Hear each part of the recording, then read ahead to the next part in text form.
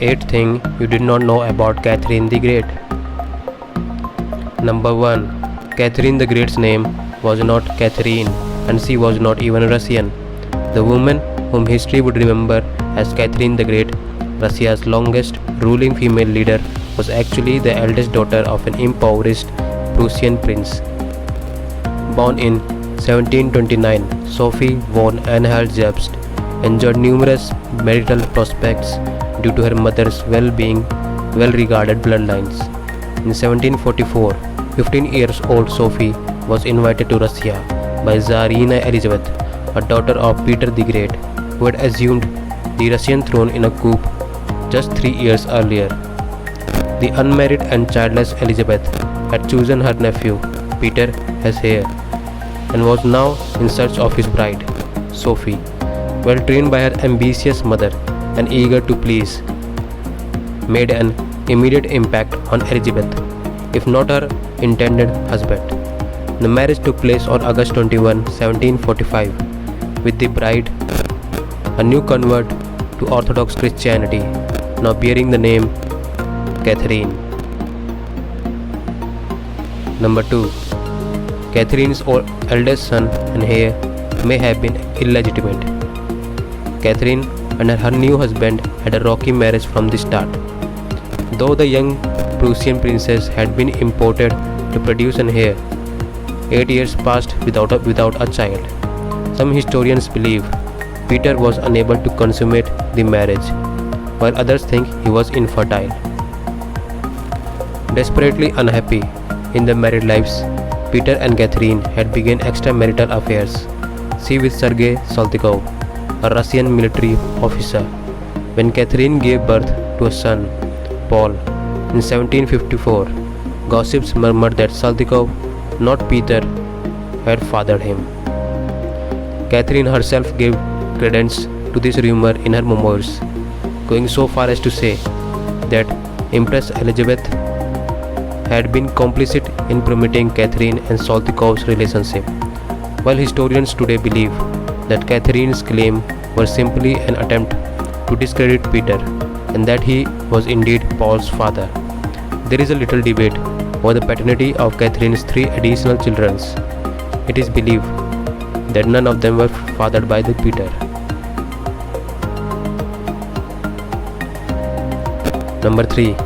Catherine came to power in a bloodless coup that later turned deadly. Elizabeth died in January 1762, and her new nephew succeeded to the throne as Peter III. With Catherine as his consort, eager to put his own stamp on the nation, he quickly ended Russia's war with Prussia, an act that proved deeply unpopular to Russia's military class. A program of liberal domestic reforms aimed at improving the lives of the poor also alienated members of the lower nobility. These unhappy factions turned to Catherine, who was also fearful of Peter's intentions. As tensions mounted, a plan to overthrow Peter took root. When the conspiracy was uncovered in July 1762, Catherine moved quickly, gaining the support of the country's most powerful military regiment and arranging for her husband's arrest. On July 9, just 6 months after becoming Tsar, Peter abdicated and Catherine was proclaimed sole ruler. However, what had been as a bloodless coup soon turned deadly. On July 17, Peter was murdered by Alexei Orlov, the brother of Catherine's current lover, Gregory. Though there is no proof that Catherine knew of the murder before it happened, it cast a pall over her reign from the start. Number 4. Catherine faced down more than a dozen uprisings during her reign. Of the various uprisings that threatened Catherine's rule, the most dangerous came in 1773, when a group of armed Cossacks and peasants led by Emelian Pugachev rebelled against the harsh socio-economic conditions of Russia's lowest class, the serfs. As with many of the uprisings Catherine faced, Pugachev's rebellion called into question the validity of her reign. Pugachev, a former army officer, claimed that he was actually the deposed and believed dead Peter III, and therefore the rightful heir to the Russian throne.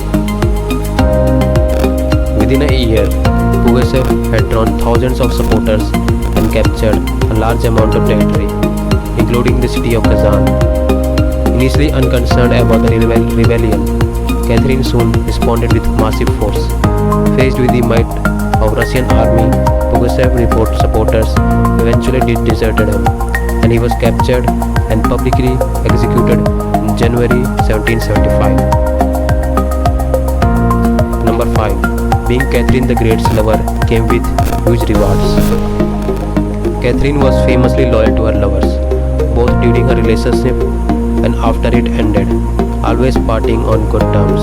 She bestowed upon them titles, land, palaces, and even people, gifting one former paramour with more than 1,000 serfs or indentured servants.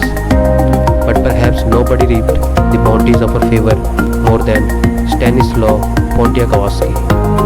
One of Poniatowski first became involved with Catherine, who was not yet on the throne when he served in the British embassy to St. Petersburg. Even after scandal party caused by their relationship forced him from the Russian court, they remained close. In 1763, long after the relationship had ended and a year and after she had come to power, Catherine successfully threw her support, both military and financially, behind Poniatowski in his effort to become King of Poland. However, once installed on the throne, the new king, who Catherine and others believed would be a mere puppet to Russian interests, began a series of reforms meant to strengthen his country's independence. What was once a strong bond between the two former lovers soon soured, with Catherine forcing Poniatowski to abdicate and Russia leading the effort to break up and dissolve the newly formed Polish-Lithuanian Commonwealth.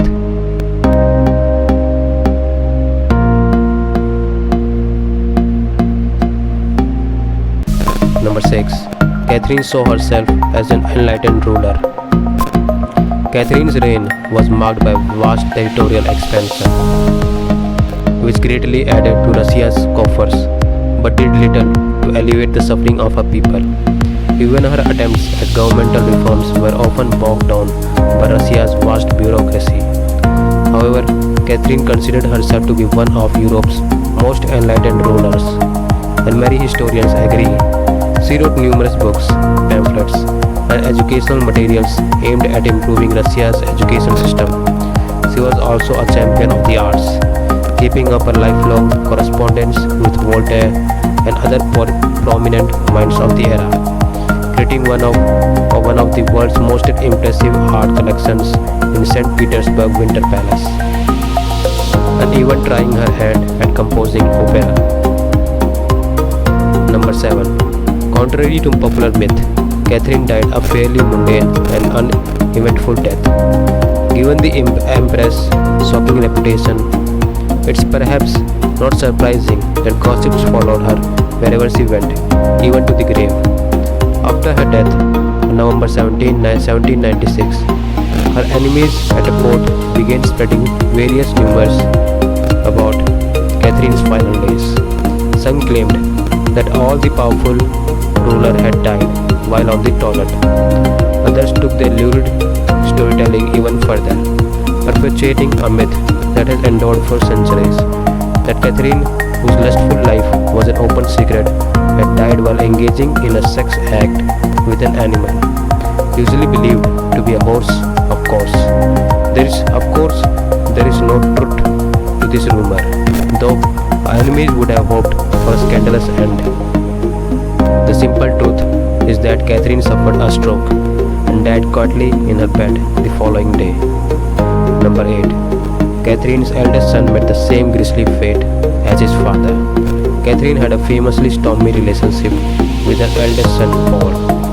The boy had been removed from his mother's care shortly after his birth and raised largely by the former Tsarina Elizabeth and a series of tutors. After she assumed the throne, Catherine, fearful of retribution of Peter III's deposing and death, kept Paul far away from affairs of state, further alienating the boy. Relations between the two grew so bad that Paul was at times convinced his mother was actively plotting his death. Catherine had no such plans. She did fear that Paul would be an incompetent ruler and looked for alternate options for the successor. Much like Elizabeth before her, Catherine took control of the upbringing and education of Paul's sons, and rumors abounded that she intended to name them her heirs, bypassing Paul. In fact, it is believed that Catherine intended to make this official in the late 1796, but died before she was able to do so. Worried about his mother's will included provisions to this effect.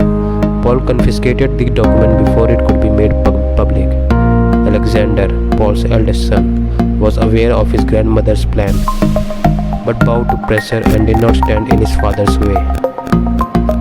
Paul became Tsar, but soon proved to be just as erratic and unpopular as Catherine had feared.